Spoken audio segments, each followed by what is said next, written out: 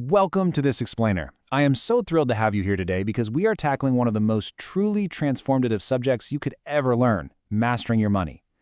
Far too often, people think of personal finance as this exclusive club for the wealthy, or maybe a subject filled with complex jargon where you need a finance degree just to understand what's going on. But honestly, the truth is, personal finance is simply a system of everyday choices. It's incredibly accessible. Once you get a handle on the core mechanics, you quickly realize that absolutely anyone can learn to navigate their financial life with total confidence. So today, we're going to strip away all that complexity and build a foundation that you can start using literally today. Okay, let's dive right into this with a fascinating little thought experiment. I want you to imagine a tale of two incomes. Picture two people who earn the exact same salary. They live in the same city, they have the same education level, and they work really similar jobs. So on paper, their financial starting line is completely identical. Now, let's fast forward 20 years into the future.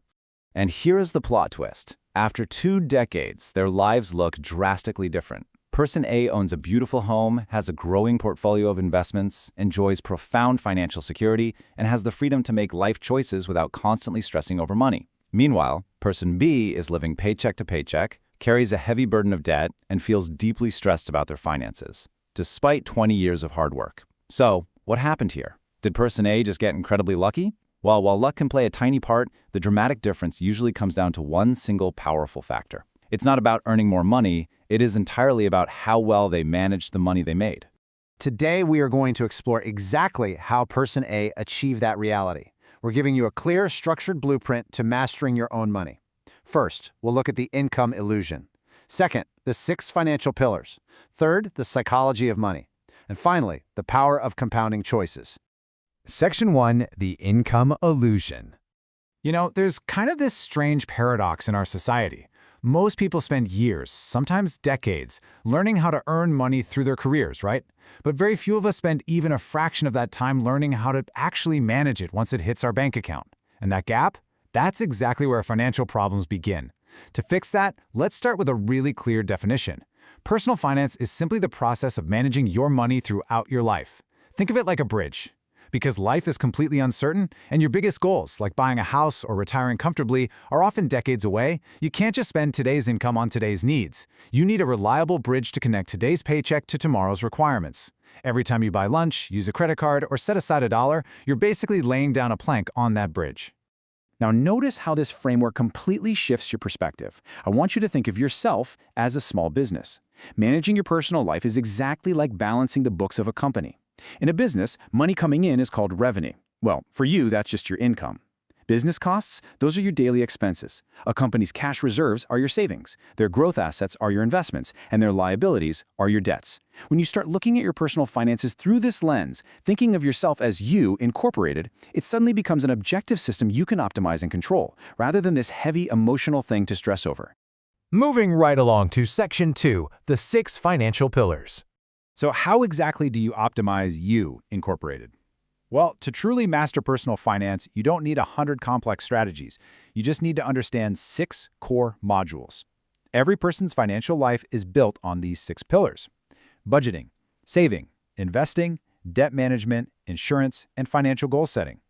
We are going to systematically walk through these right now. We'll start with foundational control, move up into wealth growth, and finally into protection. Let's start with Pillar 1, which is budgeting. I know. The word budget often sounds like a diet. It implies restriction and cutting out everything fun. Let's completely dispel that myth right now. A budget is simply a plan for your money. It's about creating awareness. Money often just disappears through these tiny, unnoticed spending leaks. A daily coffee, 5 different streaming subscriptions you forgot you even had, or that 2 a.m. food delivery. Individually, they're microscopic, but together over a year, they are massive. You literally can't manage what you don't measure. A budget simply catches those leaks so you can direct your money where it actually matters most to you. Once you're measuring your money, you move to Pillar 2, saving. Now, the math of saving is incredibly simple, right? Spend less than you earn. So why do so many of us struggle with it? The answer lies in a fascinating psychological concept known as present bias. This is the very human tendency to value the pleasure of today far more than the security of tomorrow. Our brains are basically hardwired to want immediate rewards. Saving requires actively fighting that bias. It means sacrificing a little bit of today's consumption to build a shock absorber for tomorrow. And that's absolutely crucial, because financial crises aren't usually these huge apocalyptic disasters. They're often just a broken down car, a leaky roof, or an unexpected medical bill. Saving creates your everyday financial resilience to handle those normal, inevitable bumps in the road. Now, while saving protects your money, Pillar 3, investing, is what actually grows it. And this brilliantly illustrates why investing is so critical. Think about the immense difference between year 1 and year 30. If you just stuff your savings under a mattress, inflation is going to slowly eat away its purchasing power. But when you invest, whether that's in stocks, bonds, or real estate, your money literally goes to work for you. It earns a return. Then, those returns earn more returns. This is the magic of compounding. It creates exponential growth over long periods. Basically, investing is the difference between you working for your money and having your money work for you. Okay, so as we build wealth, we inevitably encounter Pillar 4, debt management. A lot of people think all debt is inherently evil, or on the flip side, that debt doesn't matter at all. The truth, debt is just a tool, and just like a hammer, it can either build a house or tear it down. Good debt helps create future value, things like a student loan for an education, a mortgage for a home, or a business loan. Bad debt, however, finances short-term consumption, like putting a fleeting weekend getaway on a credit card with a 25% interest rate. That bad debt traps you in a cycle of paying for yesterday's fun with tomorrow's income. Finally, we reach Pillars 5 and 6, insurance and goal setting. Now, I'll admit, insurance isn't exactly thrilling, but it is deeply necessary for defense. Building wealth requires protecting wealth. Insurance simply transfers massive risks, like a serious illness or a major accident, to a larger pool. Ensuring one bad day doesn't wipe out decades of your hard work. But moving from defense back to offense, we have goal setting. Money without a goal just sort of disappears. When you set clear targets, whether that's a short-term vacation fund or long-term early retirement, it transforms your spending from random acts into highly intentional management. That brings us to Section 3, the psychology of money.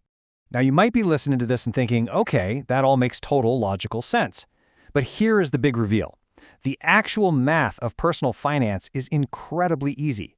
Addition, subtraction, percentages. Honestly, a fifth grader can do the math.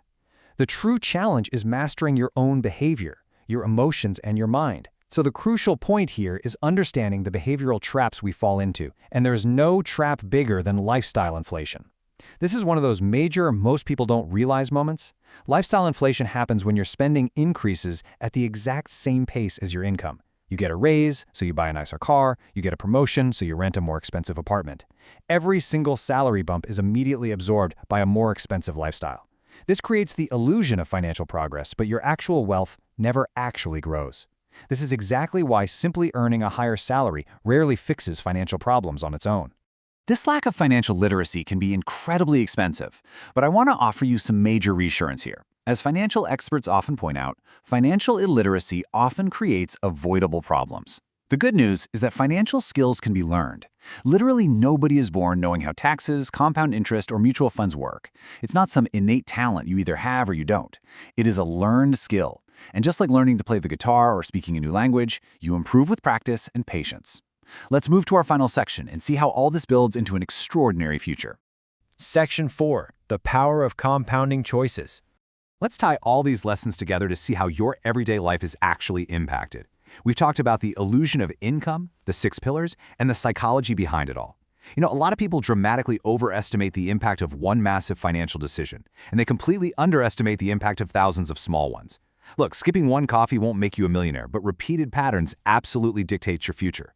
Day 1 is all about those small daily habits, living below your means and tracking expenses. By year 10, those habits have built an emergency fund and a growing investment portfolio. You have genuine resilience. And by year 30, those consistent actions have snowballed into complete financial freedom. Financial success almost never comes from a brilliant get-rich-quick scheme. It's the result of hundreds of ordinary choices compounding consistently over a long period. Ultimately, understanding personal finance isn't really about hoarding a bunch of money. It's about using money as a tool to create choices, reduce stress, and build the life you actually want to live. So I want to leave you with this one thought to take with you. How will the financial choice you make today shape your options tomorrow? You are incredibly capable of taking control of your financial journey. Start small, build those habits, and just watch how they compound. Thank you so much for joining me for this explainer, and until next time, keep learning and keep growing.